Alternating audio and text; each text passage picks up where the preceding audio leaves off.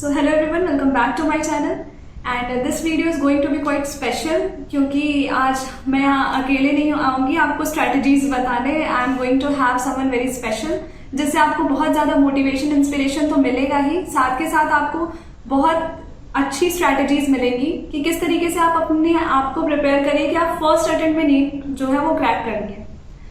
तो I am going to welcome सभी जो कि अभी currently King George medical college में पढ़ रहा है लखनऊ एंड इन्होंने अपना जो है फर्स्ट अटेम्प्ट में ही नीट क्रैक करा है along with their along with boards exam. So hello सभी। Hello ma'am. Sabi, would you like to say something to the audience? So my name is Sabi. I am currently doing my MBBS from the KGMU Lucknow. I have cracked NEET in NEET 2021 with an all India rank of 1519 and in that I have scored 671 marks. Okay so सभी यहाँ पे हम लोग बात करने वाले कुछ strategies के बारे में कि किस तरीके से तुमने अपनी प्रिपरेशन जर्नी में क्या चीज़ें फॉलो करी थी। तो वैसे ही कुछ डाउट्स जो है मेरे पास इंस्टाग्राम पे और टेलीग्राम पे बहुत सारे ऐसे क्वेश्चंस आए हैं जो कि मैं चाहूँगी कि तुम आंसर करो उन चीज़ों को। तो पहला क्वेश्चन तो ये था बच्चों का कि अगर हम अपनी प्रिपरेशन 11 से स्टार्ट कर रहे हैं तो हम क्या करें, ऐसा किस तरीके से अपनी कंसिस्टेंसी मेंटेन करें, क्या चीज़ें फॉलो करें कि हमारा फर्स्ट अटेम्प्ट में सिलेक्शन हो जाए। मैम जैसे कि 11th और 12th में अगर आप 2 साल दे रहे हो अपने आप को नीट के प्रिपरेशन के लिए तो उसमें मतलब 2 साल पहले चीज़ तो मोर देन सफिशिएंट टाइम होता है। इसमें आप ना अपने ऊपर कई सारे एक्सपेरिमेंट कर सकते हो, डिफरेंट तरीके से क्वेश्चन कर सकते हो, बट कुछ ऐसी चीज़ें जो कि आपको बेसिक से शुरू से आपको कंसिस्टेंसी के साथ लेकर चलनी है, आपको उसमें कोई फेरबदल नहीं करनी है। सबसे पहली चीज़ तो ये है कि आप अपने जो ऑनलाइन लेक्चर्स या फिर ऑफलाइन लेक्चर्स के अलावा जो भी आप अपने आपको सेल्फ स्टडी का टाइम देते हो 5 से 6 घंटे जो भी आप सेल्फ स्टडी का टाइम देते हो, उस सेल्फ स्टडी के टाइम में ना जो भी आपने क्लास में करा है अब तक, जैसे आपने आज बायोलॉजी में कोई टॉपिक पढ़ा, फिजिक्स में कोई टॉपिक पढ़ा, केमिस्ट्री में कोई टॉपिक पढ़ा, तो अब आपको क्या करना है कि उन टॉपिक्स को क्वेश्चन पे अप्लाई करके देखना है। क्योंकि अल्टीमेटली आप करोगे क्या कि अल्टीमेटली आप क्वेश्चन पे ही अप्लाई करोगे नीट के फाइनल एग्जाम में। तो शुरू से आपको क्या करना है कि आप जो भी क्लास में आप पढ़ के आ रहे हो, सबसे पहले चीज़ तो उसको आके जहाँ पे भी आप पढ़ रहे हो उसको आके थोड़ा सा रिवाइज करो। रिवीजन करने के बाद उससे रिलेटेड, उस टॉपिक से रिलेटेड जो भी क्वेश्चंस हैं आपको उन क्वेश्चंस को फॉलो करने हैं, उन क्वेश्चंस को अटेम्प्ट करने हैं। और शुरू से आपको ये लेकर चलना है, क्लास करना है, उसको रिवाइज करना है, उसके क्वेश्चन प्रैक्टिस करने हैं। इतनी चीज़ अगर आप शुरू से आखिर तक लेकर चलोगे ना तो आपके मार्क्स तो पहली चीज़ तो कंसिस्टेंटली इंक्रीज करते रहेंगे, प्लस आपका सिलेक्शन इससे श्योर हो जाएगा। सेकंड चीज़ मैम कि शुरू से आपको मोटिवेटेड रहना है, आपको सेल्फ मोटिवेशन रखना है, बहुत ज़्यादा डिस्ट्रैक्ट नहीं होना है कि यहाँ वहाँ फालतू की चीज़ों में आप अपने आप को फंसा रहे हो, मार्क्स कम आ गए तो उसके लिए आप डिस्ट्रैक्ट हो रही है। ये सब चीज़ें आपको अवॉइड करनी है। आप स्मूथ वे में पढ़ते रहो, खुद सेल्फ मोटिवेटेड रहो, और अगर आप इतना कर लोगे ना तो आपका सिलेक्शन श्योर है। बिल्कुल बिल्कुल। तो जैसा कि सभी ने कहा कि हमें इस चीज़ का ध्यान रखना है, ये नहीं सोचना कि बहुत ज़्यादा टाइम है, अपने आप को स्टार्टिंग से ही मोटिवेटेड रखना है और अपने डिस्ट्रैक्शंस को कम करते हुए जो भी आप पढ़ रहे हो सेल्फ स्टडी जैसे सभी ने बताया उस तरीके से आपको कंटिन्यू रखनी है। तो सभी दूसरा क्वेश्चन ये था बच्चों का कि अगर वो स्पेशली जो बच्चे 12th में हैं उनका 11th जो है वो अच्छे से नहीं हुआ, या फिर चलो 11th अच्छे से हुआ, 12th में अभी, बट मेन प्रॉब्लम उनके सामने ये है कि वो नीट की प्रिपरेशन के साथ को बोर्ड्स के एग्जाम के साथ कैसे बैलेंस करें। मैम नीट और बोर्ड में दोनों में 3 सब्जेक्ट तो हमारे कॉमन है, फिजिक्स, केमिस्ट्री और बायोलॉजी, ये तो कॉमन है। अब बात आती है जो सबसे पहले मैं बात करूंगा जो एडिशनल सब्जेक्ट है, इंग्लिश, साथ में आप जो एडिशनल सब्जेक्ट कंप्यूटर, हिंदी वगैरह जो ले रहे हो, तो उसको मैं ये कहूँगा ना कि आप जैसे आपका बोर्ड का पेपर मार्च में है तो आपको करना क्या है कि 2 महीने पहले मे बी फरवरी या अगस्त में आप क्या करो कि इसके लिए अलग से टाइम देना शुरू कर दो। 1 घंटे 2 घंटे आप डेली क्या या वीक में 2 या 3 दिन आप अगर इंग्लिश या फिर जो भी आपका एडिशनल सब्जेक्ट है वो पढ़ लोगे तो वो आपके लिए सफिशिएंट रहेगा। तो मैं ये कहूँगा कि आप जो एडिशनल सब्जेक्ट है उसको ऐसे करो। अब बात आती है जो कॉमन सब्जेक्ट है, फिजिक्स, केमिस्ट्री और बायोलॉजी, इसमें प्रॉब्लम क्या आती है मैम कि इतने दिनों से एमसीक्यू अप्रोच हमारी जो बनी हुई है उसके चलते हम लोग अपना जो सब्जेक्टिव अप्रोच रहती है, जो कि लिखने की प्रैक्टिस रहती है, वो हम भूल जाते हैं। तो आपको करना क्या है कि इसमें फिजिक्स, केमिस्ट्री और बायोलॉजी में जब भी आप कोई क्वेश्चन प्रैक्टिस करो उसको लिख के करो। सपोज कोई क्वेश्चन आ गया व्हाट इज़ फर्टिलाइजेशन, तो आप उसको लिख के करो। फिजिक्स में क्वेश्चन आ गया व्हाट इज रिफ्रैक्टिव इंडेक्स, तो आपको पता है उसका आंसर, लेकिन आप उसको लिख के करो। देखो थ्योरी तो आपको कोचिंग में या जहाँ से भी आप पढ़ा रहे हो ना उसके नोट्स में आपको थ्योरी मिल जाएगी, थ्योरी आप वहीं से पढ़ो, लेकिन जो भी क्वेश्चन प्रैक्टिस करो ना आप उसको लिख के प्रैक्टिस करो, जिससे कि आपकी सब्जेक्टिव अप्रोच फिर से डेवलप हो जाए। तो ऐसे आपको फिजिक्स, केमिस्ट्री और बायोलॉजी के लिए एमसीक्यू से सब्जेक्टिव में शिफ्ट होना है, और फिर मैंने आपको बता ही दिया कि कैसे आप जो अदर एडिशनल सब्जेक्ट हैं उसको आप कैसे टैकल कर सकते हो। बिल्कुल। yes, तो जैसे कि आप लोगों ने सुना कि बोर्ड्स के चक्कर में आपको अपना 11th और नीट की प्रिपरेशन नहीं छोड़नी है, उसको आपको साथ में कंटिन्यू करना है। एंड में जब लास्ट के 2 महीने रह जाते हैं तो आप अपने साइड सब्जेक्ट को ध्यान दीजिए एंड अपनी राइटिंग प्रैक्टिस को अच्छा करिए उस टाइम में। इसमें एक चीज़ ये है ना कि मैंने यही कहा कि आप वीकली 2 या 3 दिन दो अपने टाइम को, उसमें आपको अपने नीट तो आपका मेन टारगेट है। आप अगर बोर्ड में बहुत अच्छा स्कोर करके नीट में ना सेलेक्ट हो तो ये अच्छी डील नहीं है, लेकिन आप बोर्ड में 60-70% ले आए और नीट में आपका सिलेक्शन हो गया तो आप सक्सेस हो। बिल्कुल। तो जो बच्चे ऐसा टारगेट कर रहे हैं नीट के साथ बोर्ड्स का, आपको ये चीज़ ध्यान रखना है कि आपको नीट पे ज़्यादा फोकस करना है।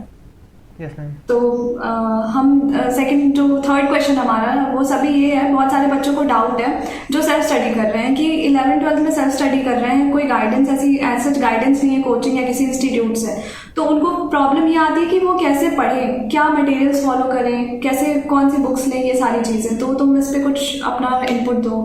सबसे पहली चीज़ तो मैं जो सेल्फ स्टडी 11th और 12th में जो सेल्फ स्टडी कर रहे हो ना, तो सबसे पहले मैं बात करूंगा कि उनको वीडियो लेक्चर्स कहाँ से कर रहे हैं। वीडियो लेक्चर्स टेलीग्राम पे बहुत सारे ऐसे वीडियो लेक्चर्स अलग अलग कोचिंग से आप वो प्रेफर कर सकते हो, या फिर आप टॉपिक के हिसाब से यूट्यूब पे भी आप बहुत सारे लेक्चर्स हैं, सब लोग नीट की प्रिपरेशन करा रहे हैं, तो आप यूट्यूब से भी उनको क्या कर सकते हो कि लेक्चर्स देख सकते हो। सेकेंड चीज़ आती है बुक्स के बारे में। बुक्स में आप क्या कर सकते हो कि अगर आपके पास एक्सेस है, अब बहुत सारी कोचिंग्स ना बिना एडमिशन की भी आपको अपनी मॉड्यूल शेयर कर सकती हैं, तो आप उनकी मॉड्यूल्स परचेज कर सकते हो, क्योंकि वो मॉड्यूल्स एक्सपीरियंस टीचर्स के द्वारा बनाई जाती हैं, तो आप उनको पढ़ सकते हो।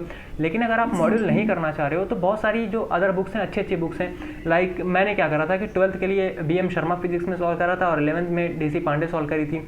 बायोलॉजी के लिए मैंने NCERT को तो मैंने थ्योरी से पढ़ी थी, लेकिन जो फिंगर टिप्स है NCERT फिंगर टिप्स MTG की आती है बुक, उससे मैंने क्वेश्चन प्रैक्टिस करा था। वही सिमिलरली मैंने जो इनऑर्गेनिक और ऑर्गेनिक केमिस्ट्री के लिए वही NCERT फिंगर टिप्स, और मैम जो फिजिकल केमिस्ट्री होता है ना, फिजिकल केमिस्ट्री के लिए भी आप कोई बुक परचेज कर सकते हो, लेकिन फिजिक्स और फिजिकल केमिस्ट्री में आप अगर जो टीचर्स है जिनके आप लेक्चर कर रहे हो ना थ्योरी के लिए, आप उनके नोट्स ही ज़्यादा प्रेफर करो तो बेटर रहेगा।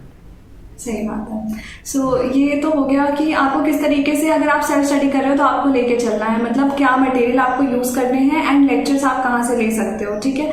तो ये बहुत हेल्पफुल चीज़ है कि आप किस तरीके से यूट्यूब से भी बच्चे सेलेक्ट होते हैं पढ़ाई करके, तो आप यूट्यूब से लेक्चर्स लेके और एक डिसिप्लिन वे में अपने मॉड्यूल्स को कवर कर रहे हो, बुक्स कर रहे हो, तो आप बहुत अच्छे से ईजिली सेलेक्ट हो सकते हो। मैम अल्टीमेट चीज़ यही होती है ना, अल्टीमेट चीज़ यही होती है कि आपको टॉपिक समझ में आ जाना चाहिए, चाहे आप किसी कोचिंग टीचर से करो, चाहे आप वो यूट्यूब से करो, अल्टीमेट आपको वो टॉपिक समझ में आना चाहिए, आपका चैप्टर क्लियर हो जाना चाहिए, तो यूट्यूब से भी क्वेश्चन सॉल्व होने चाहिए। यस। तो जो अगला क्वेश्चन है वो बहुत ज़्यादा हाई रेटेड क्वेश्चन है कि हमें टेस्ट सीरीज कब लेनी चाहिए। टेस्ट सीरीज जो है वो अगर हम ले रहे हैं तो हमें उसे किस तरीके से मैनेज करना चाहिए अपने प्रिपरेशन के साथ। और दूसरा उसी में मैं ये पूछना चाहूँगी, जो बच्चे ज़्यादातर क्वेश्चन कर रहे होते हैं कि डीमोटिवेट होते हैं टेस्ट देके, उससे कैसे डील करें। तो मैम बेसिकली क्या होता है ना कि जैसे टेस्ट देना बहुत इंपॉर्टेंट होता है, लेकिन अगर आप ना शुरू से एक मिस्टेक आपको नहीं करनी है कि जैसे स्टूडेंट्स क्या करते हैं कि शुरू से डेली टेस्ट दे रहे हैं, हफ्ते में 2-3 दिन टेस्ट दे रहे हैं, ऐसा आपको शुरू इनिशियली आपको नहीं करना है। 11th में जब इनिशियली स्टार्ट कर रहे हो ना, आप ज़्यादा अपना ध्यान दो टॉपिक को समझने में, क्वेश्चन प्रैक्टिस में आप अपना ज़्यादा टाइम स्पेंड करो। आप मंथली या फिर हर 20 to 30 डेज पे आप एक टेस्ट कर लो, इतना सफिशिएंट है जिससे कि आपको पता चल जाए कि आपकी प्रिपरेशन कैसी चल रही है। सेकंड चीज़ कि आपको टेस्ट सीरीज़ कब लेनी है। टेस्ट सीरीज़ आप लास्ट में लो, जब आपके 1 या 2 महीने बच रहे हो तब आप लास्ट में टेस्ट सीरीज़ ले लो, जिससे कि क्या कर सकते हो कि आप लास्ट मोमेंट पे आपने कितना पढ़ा पूरा सिलेबस करने के बाद जब आप उस टेस्ट सीरीज़ को लोगे, फुल सिलेबस टेस्ट सीरीज़ लोगे, तो वो ज़्यादा इफेक्टिव रहेगा। और टेस्ट देने के बाद मतलब मैं ये कह रहा हूँ कि लास्ट के मोमेंट पे जब 1 या 2 महीने बच रहे हैं तब आप टेस्ट सीरीज़ दो। वो भी ऐसा नहीं कि डेली आपको टेस्ट लेना है, डेली आपको टेस्ट नहीं देना है, आपको वीकली 2 या 3 टेस्ट देने हैं। और हर टेस्ट देने के बाद उसको एनालाइज करो कि आपकी मिस्टेक्स कहाँ हो रही है। मिस्टेक्स को आपको एनालाइज करके उसको सॉल्व करना है, और आपकी यही कोशिश होनी चाहिए कि नेक्स्ट टेस्ट में आपकी वो मिस्टेक ना हो। तो एग्जैक्टली जैसे सभी ने कहा कि आपको टेस्ट सीरीज कब लेनी चाहिए, तो ये इससे मैं टोटली अग्री करती हूँ कि स्टार्टिंग से ही अगर आप टेस्ट सीरीज लेके अपने कंसेप्ट पढ़ने की जगह टेस्ट दे रहे हो, टेस्ट खेल रहे हो, तो that's not a good deal. अब दूसरा क्वेश्चन जो सभी ये है कि हमारे होता है कि हमने टेस्ट सीरीज ले ली, एंड में स्टार्टिंग में हमारे मार्क्स जो है वो कम आते हैं, तो डीमोटिवेशन होता है, उससे कैसे डील करें। तो मैम बेसिकली क्या है ना कि मार्क्स फ्लक्चुएट बहुत करते हैं नीट के टाइम पे। हमेशा ऐसा नहीं कि कंसिस्टेंट आपके 600 प्लस मार्क्स आ रहे हैं तो आपके आएंगे ही। मेरे साथ खुद ऐसा हुआ कि शुरू में जब मैं 11th में गया तो मेरे मार्क्स 600 प्लस आ रहे थे, बट एक टाइम ऐसा भी आया ना कि जब मेरे मार्क्स 496, 500, 500 इतने मतलब 600 प्लस से डायरेक्ट मार्क्स 500 पे आ गए। तो कभी कभी मार्क्स इतने ज़्यादा भी फ्लक्चुएट करेंगे तो आपको इसमें डिमोटिवेशन की कोई बात नहीं है। आपको अपने जो वीक पॉइंट्स है उस पर वर्क करना है। जो भी आप टेस्ट दे रहे हैं उसको एनालाइज करो कि यार इस टेस्ट में मेरी क्या गलती हुई। सपोज इस टेस्ट में आपने क्या करा कि प्रोजेक्टाइल मोशन के सारे क्वेश्चन में ब्लेंडर कर दिया है, तो आपको करना क्या है कि उस टॉपिक को उसी दिन इस तरीके से क्लियर कर लेना है ना कि जो फर्दर टाइम में आपके ये सब होने वाले हैं, जितने भी टेस्ट आपके होने वाले हैं उसमें आपके प्रोजेक्टाइल मोशन के क्वेश्चन ना ही गलत हों।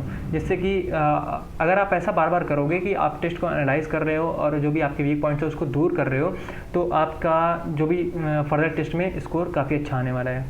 एग्जैक्टली तो ये कुछ टिप्स जो सभी ने दिए ये बहुत ज़्यादा वैल्यूएबल है, बिकॉज आप देख सकते हो कि ये सारी प्रॉब्लम होती है किसी ना किसी फेज में हर नीट एस्पिरेंट फेस कर रहा होता है। तो अगर आप इन चीज़ों को फॉलो करते हो ना तो आपको बहुत अच्छा होगा और आपकी प्रिपरेशन जो है वो बहुत स्मूथ हो जाएगी।